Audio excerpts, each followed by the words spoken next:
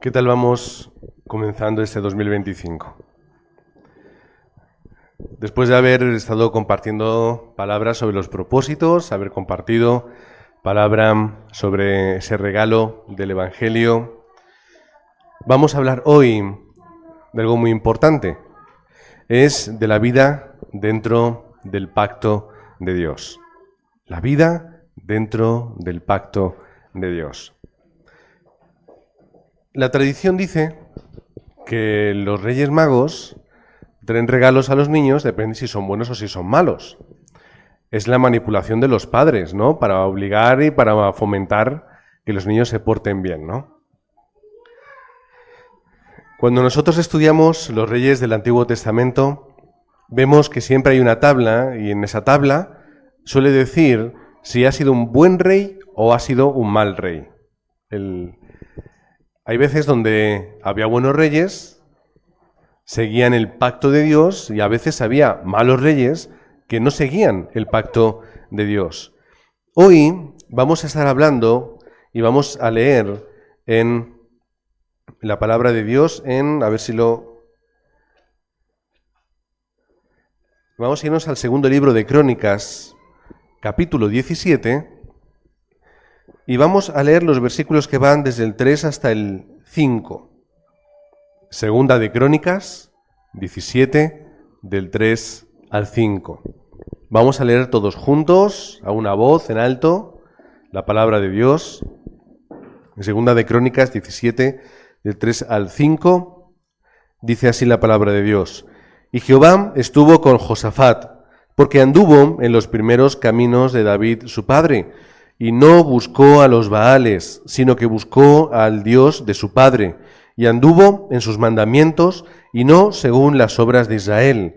Jehová, por tanto, confirmó el reino en su mano, y todo Judá dio a Josafat presentes, y tuvo riquezas y gloria en abundancia. Amén. Este es Josafat. Vamos a hablar hoy de él. Ya os aviso, no cerréis la Biblia porque vamos a leer varias cosas. Y estamos viendo que Josafat, que era tataranieto de David, venía del linaje del rey David, comenzó a reinar a los 35 años. Casi mi edad, 35 años. Lo hizo durante 25, así que si las matemáticas no me fallan, son 60 años, ¿no? Llegó hasta los 60 años. Y anduvo en el mismo camino que su padre Asa, sin desviarse de él, haciendo lo que era recto a los ojos de Dios. Esta es un poco la biografía de él, ¿no? ¿Qué es lo importante? A mí lo que más me llama la atención es que anduvo en el camino de su padre. ¿Por qué me parece esto importante? Porque Josafat siguió las respuestas que tuvo su padre. Como dice los versículos 3 y 4, Asa fue un gran ejemplo. Si vamos un poquito atrás en la palabra de Dios y vamos al capítulo 14, dice, versículo 2 en adelante, e hizo Asa lo bueno y lo recto ante los ojos de Jehová su Dios. Él tenía el ejemplo de su padre. Era alguien que se había levantado como un remanente, viendo lo correcto y viendo lo que había que hacer. Su padre seguía el pacto. ¿Qué es lo que hizo su padre? Versículo 3 del capítulo 14. Quitó los altares del culto extraño y los lugares altos, quebró las imágenes, destruyó los símbolos de Asera y mandó a Judá que buscase a Jehová Dios, al Dios de sus padres, y que pusiese por obra la ley y sus mandamientos. ¿Cuál es el ejemplo de Josafat? El ejemplo de un padre que cumple con el pacto, un padre que vive para el pacto, un padre que tiene la respuesta dentro del pacto. ¿Cómo se va a criar entonces el remanente? Lo normal o lo más fácil es que se críe dentro del pacto, y es el ejemplo que él tuvo. Capítulo 14, del 12 al 15, podemos ver otra cosa muy importante. Dice, atacaron también todas las ciudades alrededor de Gerar, porque el terror de Jehová cayó sobre ellas, y saquearon todas las ciudades. No, perdón, me he ido del capítulo. Vale, ahora sí. 15:12, perdón. Entonces prometieron solemnemente que buscarían a Jehová, el Dios de sus padres, y de todo su corazón y de toda su alma. ¿Cuál es el ejemplo de Josafat? Que en el reino había este ardor y este corazón. ¿Pero por qué había este corazón? Porque querían atacarles. ¿Y sabes qué es lo que hizo el Señor? A través de un profeta les dijo: vais a tener la victoria. Y entonces vieron la respuesta. Un profeta les dice: os va a salvar el Señor, no os preocupéis. Y por eso dice el versículo 14: y juraron a Jehová con gran voz y júbilo al son de trompetas y bocinas. Y todos se alegraron de este juramento, porque de todo su corazón juraban y de toda su voluntad lo buscaban. Y fue hallado en ellos, y Jehová les dio paz por todas las partes. Esta fue la respuesta. El gozo de un pueblo y también de un remanente que vio cómo Dios obraba y cuidaba a su pueblo. 16:8. Dice: los etíopes y los libios no eran un ejército numerosísimo con carros y mucha gente de a caballo. Con todo, porque te apoyaste en Jehová, Él los entregó en sus manos. Palabras de exhortación de un profeta a un rey que tenía miedo y buscó apoyo fuera de Dios. ¿Cuál era el testimonio y el fórum de Josafat? Que Dios estuvo con mi pueblo, Dios estuvo con mi padre, aquellos que estamos en todo el pacto. Ese es el trasfondo de este rey. ¿Cómo va a salir un rey cuando ve y experimenta tanta obra dentro del pacto? Es importante que nosotros también lo hagamos con los remanentes, con los niños. Tenemos que enseñarles dentro del pacto. Tenemos que mostrarles las evidencias del Evangelio. Tenemos que demostrar que Dios obra antes, ahora y lo hará siempre. Cuando nuestros hijos crezcan y ya no nos escuchen y hagan su vida y no nos tengan en cuenta, al menos no tanto como ahora, ¿qué es lo que va a quedar? Lo que se haya grabado dentro de ellos. Y lo que se graba no sale nunca, aunque a veces lo parezca. Por esto es tan importante que Josafat tuviera un padre que le enseñara lo que era el pacto de Dios. Si no hubiese sido así, ¿cómo hubiera sido el reinado de Josafat? Muy complicado y muy difícil. Él, primer punto, era un rey que tenía el contenido correcto. Tenía el ejemplo de su padre, tenía el fórum y de las evidencias de lo que había visto en su juventud y en su niñez. Tenía el ejemplo de Israel, el reino del norte, de todo lo mal que hacía y todos los problemas que tenía. Y vio cuál era el contenido correcto del pacto y de la palabra de Dios. Él fue una persona que tenía el contenido correcto en su vida. Si no tenemos el contenido correcto en nuestra vida, ¿cómo vamos a poder hacer lo que es correcto? ¿Cuál o qué vida vamos a tener si no es el contenido correcto lo que yo tengo? ¿Cuál va a ser la respuesta que yo tenga y cuál va a ser lo que salga de mí si no tengo el contenido correcto en mi vida? Como Josafat lo tenía, obró de una forma correcta. Si yo tengo el contenido correcto, ¿cuál va a ser el resultado de mi vida y de mis acciones?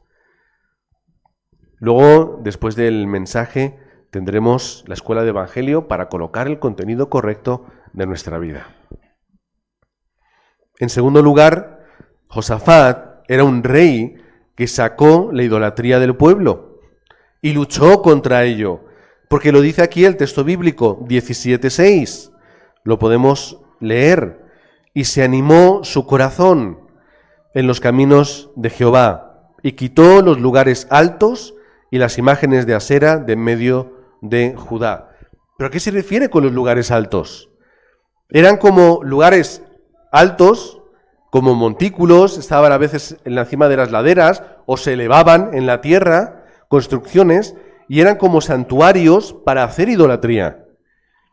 A veces estos lugares altos estaban destinados al Señor. A veces ocurría, ¿por qué? Porque el reino era muy grande, sobre todo cuando no estaba dividido, y los que vivían en el norte tenían que ir demasiado lejos para poder dar culto al Señor. Y se elevaban santuarios para poder hacer sacrificios y hacer lo que es la vida religiosa. Sin embargo, esto no seguía con lo que dice Deuteronomio. Un pueblo, un culto, un lugar y un Dios. Él luchó contra todo esto, contra la idolatría del pueblo.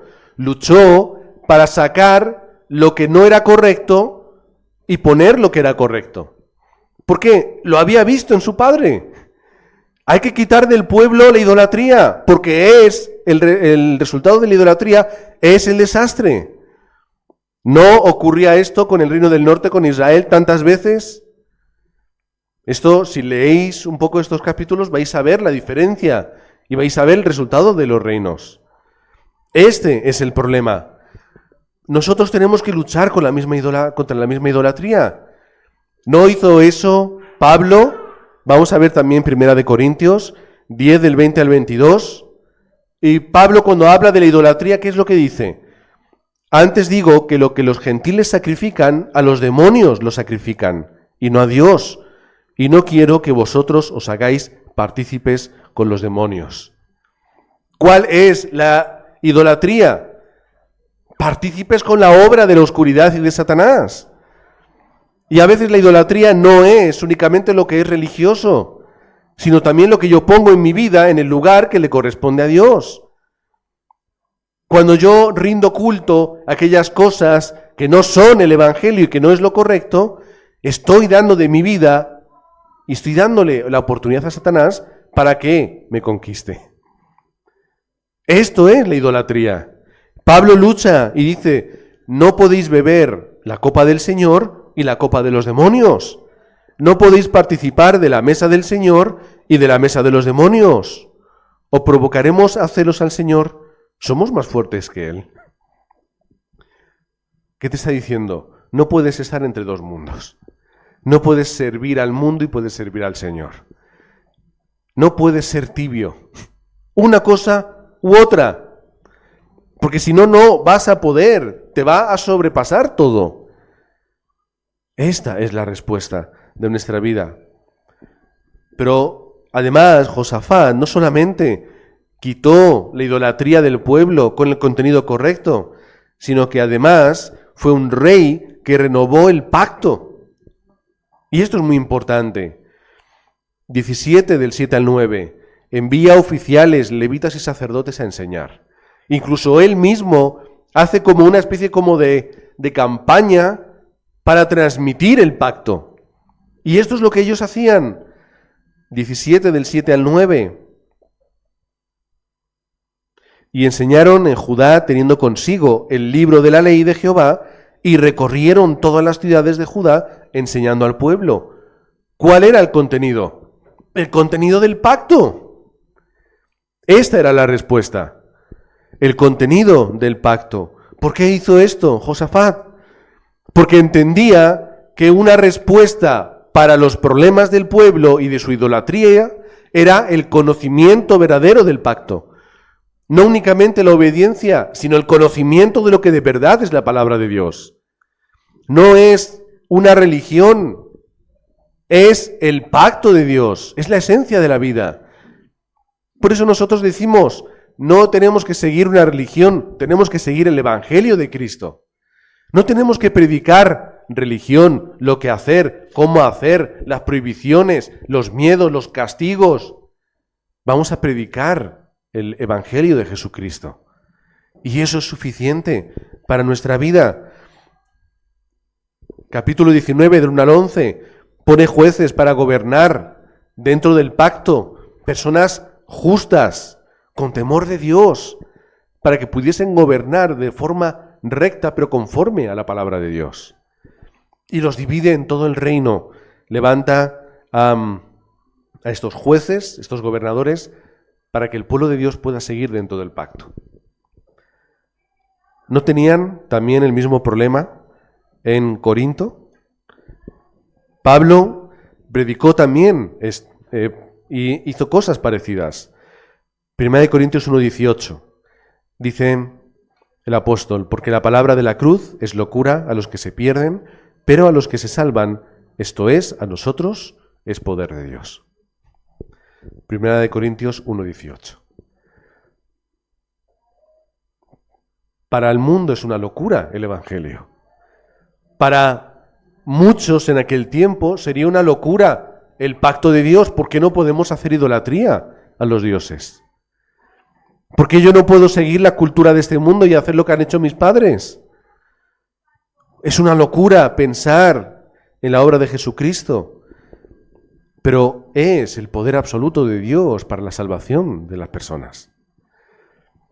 Si no hay un conocimiento del Evangelio y del pacto de Dios, por muy extraño que sea para el mundo o muy diferente que sea conforme mi estilo de vida, vamos a tener un problema si no tenemos el pacto.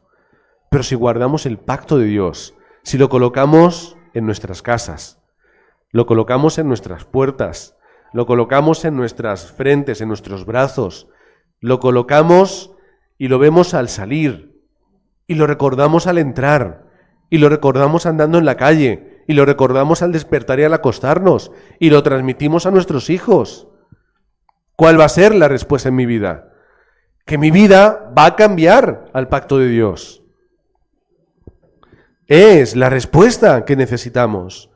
Si el pueblo escuchaba y profundizaba en el pacto de Dios, ¿cuál iba a ser el resultado? Que iba a cambiar la naturaleza del reino. Si la iglesia de Corinto enraizaba en el pacto de Jesucristo, ¿cuál iba a ser la respuesta? Que iba a tener vida, iba a tener victoria espiritual. Corinto era una ciudad difícil, complicada. Deberes para casa, leer y buscar información sobre la iglesia y el contexto de Corinto. La idolatría que había, las prácticas que a veces eran un reclamo hacia los cristianos, cómo Pablo tiene que luchar contra todo esto. Y recordemos el versículo de antes: no sigáis la idolatría, porque es obra de la oscuridad. Pero si ponéis el Evangelio en vuestro corazón, vais a tener respuesta y victoria.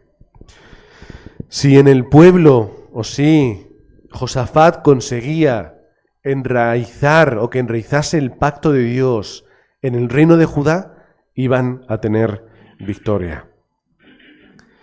Y llegamos al cuarto punto. Josafat vio como Dios les entregó la victoria sin pelear. Porque eso es lo que más nos gusta. No tener que pelear, porque pelear cansa, pelear agota, pelear es difícil. Pelear tiene que ver con tus fuerzas, con tus capacidades y con tus habilidades. Pero Dios nos hace tener la victoria sin pelear.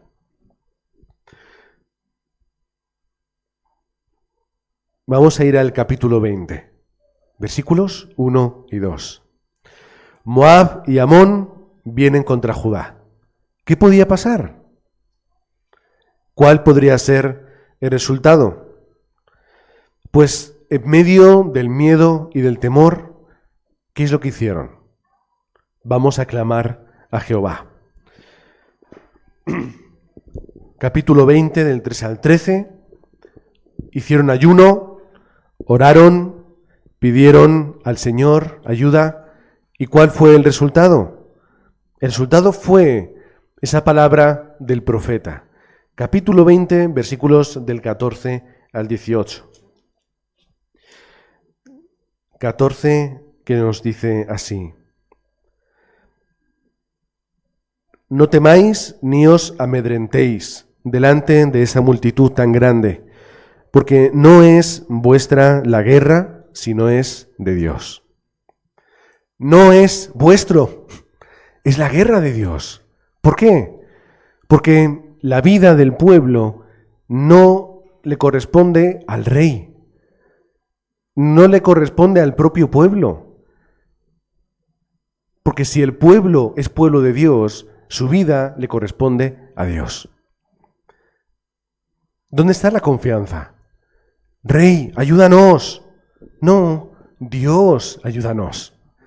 Ay, no, vamos a hablar con el reino del norte, un reino idólatra, para que nos ayude. No, solamente es Dios quien nos puede ayudar.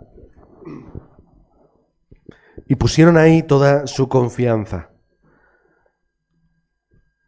Versículo 17, no habrá para qué peleéis vosotros en este caso.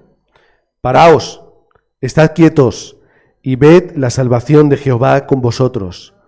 Oh Judá y Jerusalén, no temáis ni desmayéis, salid mañana contra ellos, porque Jehová estará con vosotros. ¿Qué tenían que hacer? Quietos. No hagas nada. Quieto. ¿Tú sabes lo difícil que es estar quieto ante un problema? Muy difícil. Muy difícil. Ayer, no sé qué teníamos que hacer, no sé cuál era el contexto. Mi mujer empezó, ay, mañana esto, no sé qué, no sé cuánto, me empezó a decir muchas cosas que había que hacer y digo, cariño, mañana me lo cuentas, mañana lo organizamos, porque ahora no podemos hacer eso. ¿Cuál es la diferencia? La mujer piensa, la mujer ve, la mujer planifica y el hombre es, bueno, ya son las 10 de la noche, vamos a descansar, ya mañana hablamos. Mañana es otro día, ¿no? Los hombres descansan, desconectan, van a su cuarto mental de tranquilidad, de vacío, de descanso, pero la mujer no tiene ese cuarto, no existe para ella. La mujer piensa y lucha. Por eso para el hombre es más fácil a veces no hacer nada, pero para la mujer es muy, muy difícil. Estaros quietos porque vais a tener la victoria. Versículo 18.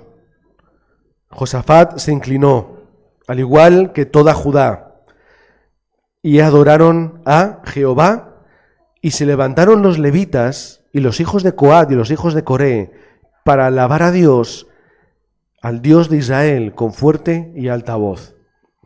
Pero esto ocurre antes de la pelea. ¿Por qué están contentos cuando está la guerra delante de ellos? ¿Por qué? Ya tenían la respuesta. Ya tenían la salvación. La guerra no ha empezado. El ejército está ahí. Pero yo estoy feliz. Porque Dios me ha dicho que no tema de nada. Que va a estar conmigo. Hace falta que Dios tenga que estar enviando constantemente profetas a que nos diga que va a estar con nosotros. ¿No lo hemos aprendido ya? ¿La bendición de Manuel no es algo natural en nuestra vida? Tenían seguridad. Vamos a dar un salto hasta el versículo 24 y 25. Y luego que vino Judá a la torre del desierto, miraron hacia la multitud, y he aquí yacían ellos, los otros, en tierra muertos, pues ninguno había escapado. Es el resultado de la pelea, ¿vale? Luego podéis leer todos los capítulos para entender todo. ¿Cuál fue el resultado? Una victoria sin pelear. Una victoria sin luchar. Y no solamente la victoria sin luchar. ¿Qué es lo que hallaron? Riquezas entre los cadáveres, vestidos, alhajas preciosas, tantos que no los podían llevar. No podían llevar tanto. 3 días estuvieron recogiendo el botín, porque era mucho. 3 días recogiendo respuestas y recogiendo los frutos del campo. Y luego el 4.º día bendijeron a Jehová y por eso llamaron al nombre de aquel paraje Valle de Beraca o Valle de la Bendición. Volvieron gozosos, con salterios, arpas, trompetas, porque Jehová había peleado contra los enemigos de Israel. Y entonces todo el reino tuvo paz, Dios les dio paz. Versículo 30. ¿Cuál es la respuesta de aquellos que tienen el contenido correcto, aquellos que colocan el pacto en el lugar correcto, aquellos que esperan y que ven la obra de Dios? Es lo que estamos viendo en este tiempo. El apóstol Pablo, para hacer el paralelismo, y seguimos con 1 de Corintios, habla de la gracia y del poder de Dios como el medio para alcanzar la victoria. Cuando vamos a 1 de Corintios 2, del 1 al 5, dice: hermanos, yo estuve entre vosotros con debilidad, estuve con temor, con temblor, y ni mi palabra ni mi predicación fue con palabras persuasivas.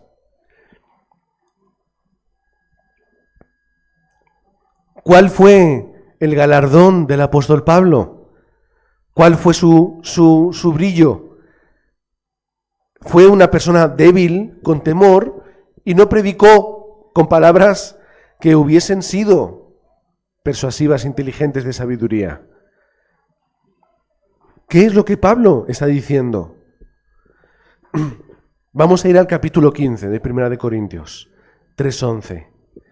Él habla de sí mismo como el apóstol abortivo, como el último, ¿no? Pequeño, el más pequeño de los apóstoles. No siendo digno de ser llamado apóstol, porque fue un perseguidor de la iglesia. Versículo 10. Pero por la gracia de Dios soy lo que soy. Y su gracia no ha sido en vano para conmigo. Antes he trabajado más que todos ellos, pero no yo, sino la gracia de Dios conmigo. ¿Cuál es lo que Pablo hizo? Simplemente experimentó la gracia de Dios, y con la gracia que Dios le había dado fue al campo, y a través de la obra, por gracia de Dios, vio la respuesta de la evangelización. ¿Llegan problemas a mi vida? No hagas nada. Experimenta que Dios está contigo. Cíñete al pacto y enraiza en el Evangelio. ¿Tienes que hacer la evangelización del mundo? No hagas nada. No te esfuerces. Incluso en tu torpeza, Dios hará esa labor. Porque es por gracia. No eres tú, es la gracia de Dios. Terminamos con este punto número 5 del mensaje. ¿Josafat fue perfecto? Bueno, no hace falta que lo diga la palabra de Dios para llegar a la conclusión de que nadie es perfecto, por lo tanto, algún error o algún defecto tuvo que tener este gran rey, Josafat. 20:33. Vamos a sacarle los trapos sucios. Con todo, los lugares altos no fueron quitados. No consiguió quitarlos todos.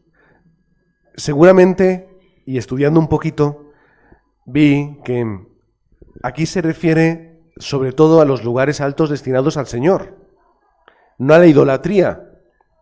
Es decir, aún había mucho que hacer, mucho trabajo que hacer. ¿Por qué? Pues el pueblo aún no había enderezado su corazón al Dios de sus padres. No consiguió todo lo que se propuso. No consiguió renovar completamente al pueblo y que todo el mundo hiciera lo que era correcto. 17:1.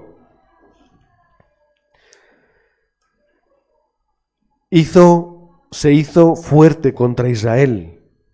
Es decir, se enfrentó al reino del norte. Todos sabéis que del Reino Unido, después de Salomón, se divide Israel norte y Judá con Jerusalén al sur. luchó contra ellos, es decir, mantuvo una hostilidad. En vez de buscar la paz, la reconciliación y la unión dentro del pacto de Dios. 21:6 cometió para mí el peor error. 21:6.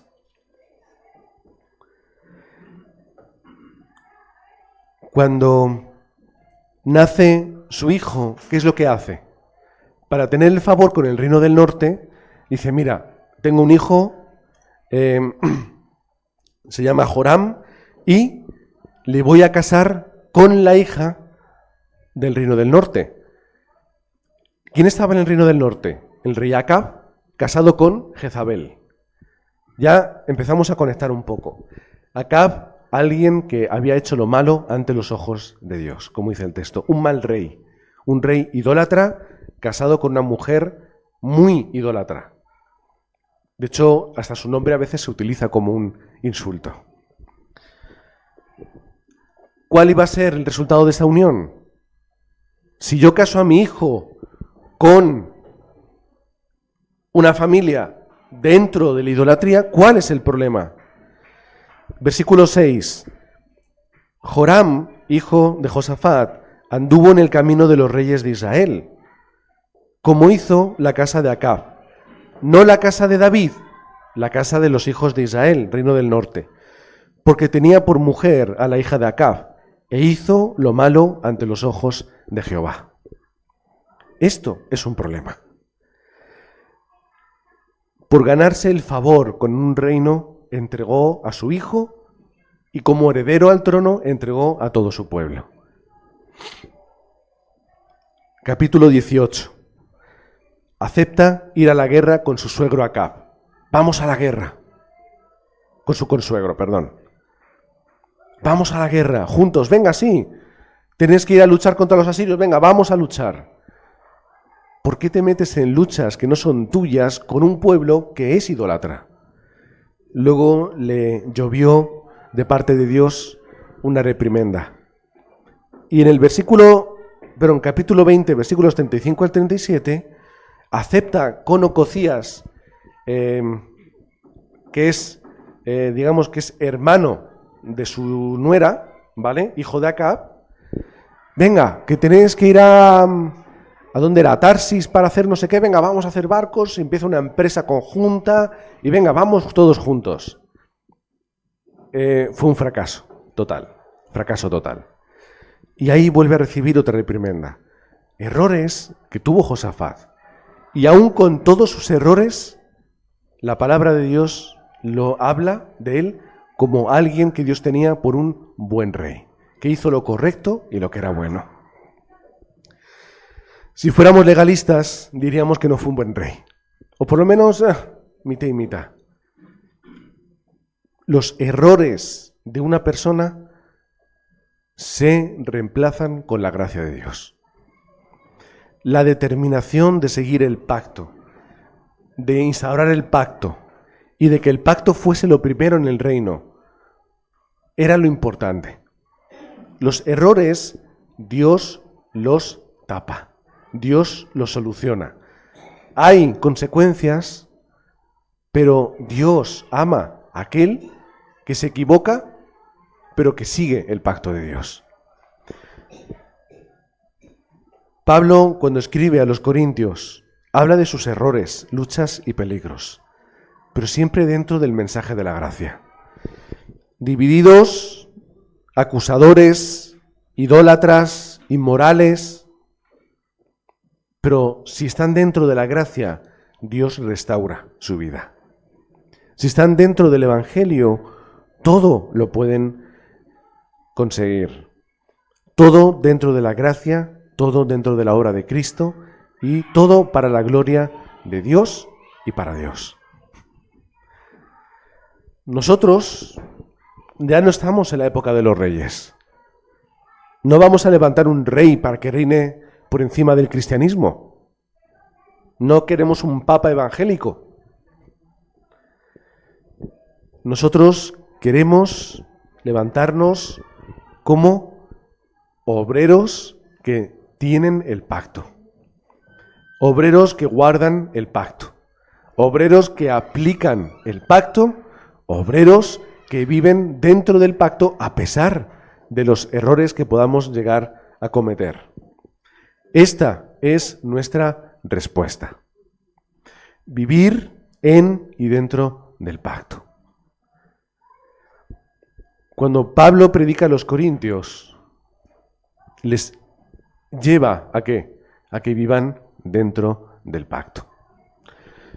Hermanos, después de haber estado hablando sobre los propósitos que tenemos que tener, no solamente los buenos propósitos dentro de nuestra vida en Cristo, sino propósitos que nos lleven a cambiar el mundo, después de hablar de los verdaderos regalos que son dentro del Evangelio y de la obra de Cristo, hoy tenemos que hablar de la vida dentro del Evangelio.